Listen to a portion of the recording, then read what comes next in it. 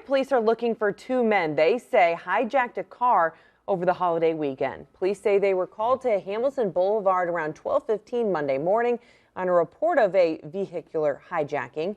When officers got there, they found the owner, who told police she was sitting in the car when the two men approached her.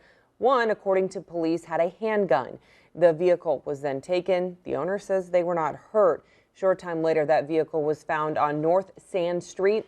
Officers saw two men get out and run. Police pursued them, but did not catch up. No description has been made available of those two men, and this remains under investigation. And more